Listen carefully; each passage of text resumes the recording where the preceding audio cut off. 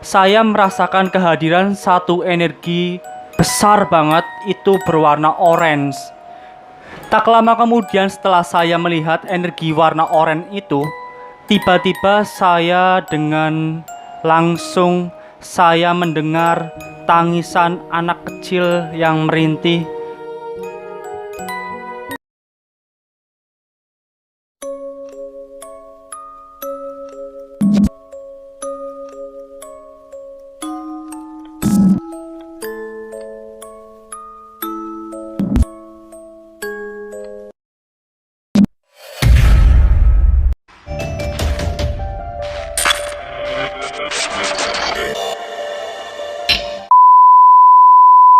Halo guys, jumpa lagi dengan saya Desta Safa di konten Horror Experience Stories. Ayo guys, dukung terus channel saya ini dengan cara menekan tombol subscribe yang ada di bawah ini, aktifkan tombol notifikasi loncengnya dan jempolnya yang banyak guys. Terima kasih atas dukungan kalian. Langsung saja ke ceritanya ya guys.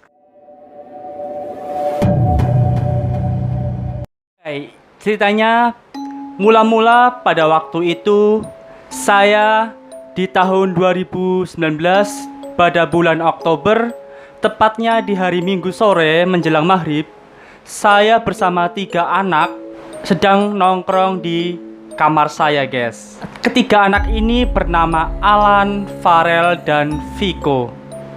Pada saat itu kami berempat sedang asik-asik ngobrol bersama mereka guys di kamar saya. Tanpa disadari, saya merasakan sebuah energi yang hadir di sekitar kita semua guys.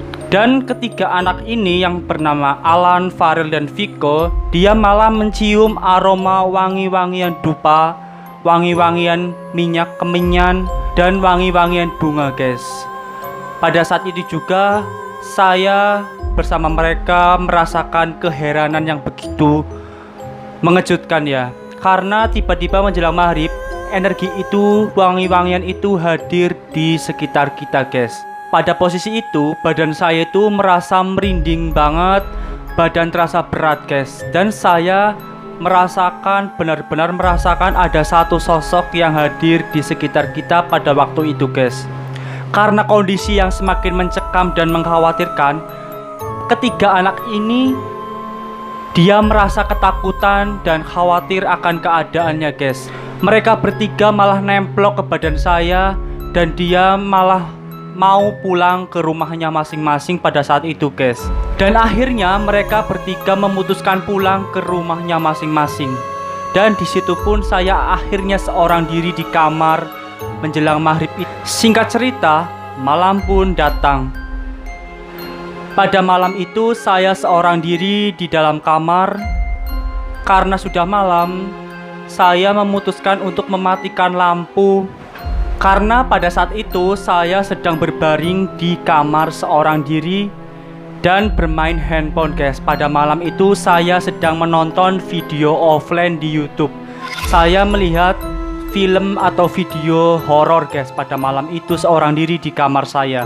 Dan rencananya malam itu pun saya menginginkan untuk begadang di dalam kamar seorang diri sambil menonton video horor. Tiba-tiba pada saat saya sedang menonton video offline di YouTube, saya merasakan ada energi yang datang di depan saya guys, tepatnya di luar kamar. Namun energi itu nampak jelas oleh mata saya guys. Itu bukan pakai mata sembarangan ya guys, itu menggunakan mata batin. Saya merasakan kehadiran satu energi besar banget, itu berwarna orange. Dia keluar dari arah barat menuju timur, lalu naik ke atas. Tak lama kemudian setelah saya melihat energi warna oranye itu, tiba-tiba saya dengan langsung saya mendengar tangisan anak kecil yang merintih. Rasanya itu sangat dekat dengan posisi saya berada di kamar guys. Tangisan itu sangat jelas di telinga saya.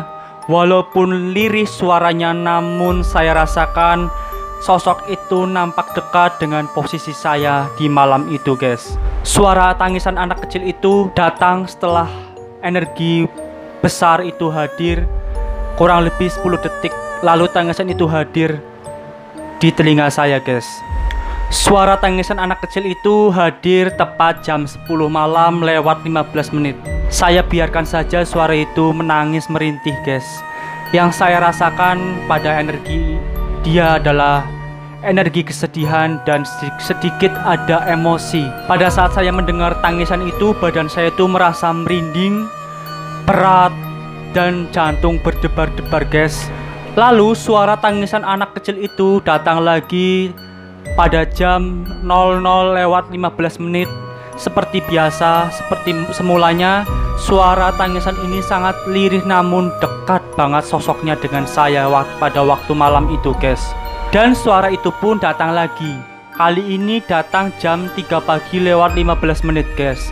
Karena pada waktu malam itu posisi saya sedang begadang sampai pagi, saya sengaja memantau keadaan yang ada di kamar saya, guys. Ternyata benar-benar saya pada malam itu diteror oleh tangisan sosok anak kecil, jin anak kecil, guys. Dan akhirnya pagi pun tiba.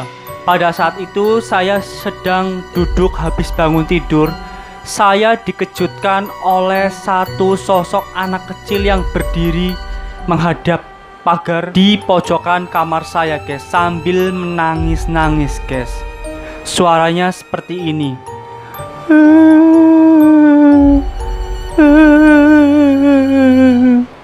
Posisi itu yang karena saya baru bangun tidur, saya merasa kaget karena di pojokan kamar ada satu sosok anak kecil itu, guys. Lalu saya berkomunikasi dengan dia. Saya tanya itu anak kecil itu, "Hai bro, hai nak, kamu ngapain di pojokan sambil nangis-nangis seperti itu?" Dengan kondisi badan yang mungil, telinga panjang, pakai popok warna putih, dan agak gundul ya waktu itu. Matanya itu sangat hitam, dan bibirnya merah, tapi pucat semuanya, guys. Sambil menangis-menangis anak kecil itu lalu menjawab pertanyaan saya, "Tolong, tolong, tolong." Itu suara anak itu, guys. Dia minta tolong kepada saya saat saya tanyai dia di kamar. Lalu saya tanyai lagi, "Kenapa kamu berada di sini dan kenapa kamu meneror saya semalam?" Dan dia pun akhirnya menjawab kembali. Dia ternyata menangis karena rumahnya dibongkar, guys. Dan ternyata anak kecil ini tinggal di tempat sampah RT saya, guys. Karena pada waktu itu tempat sampah itu dibongkar dan dipindah ke tanah sebelah, dijadikan sebagai pos siskampling RT, guys. Dia pun terus menangis dan meminta tolong kepada saya. Lalu saya bertanya lagi, "Ya, nanti saya akan mengirimkan kamu Al-Fatihah setiap malam.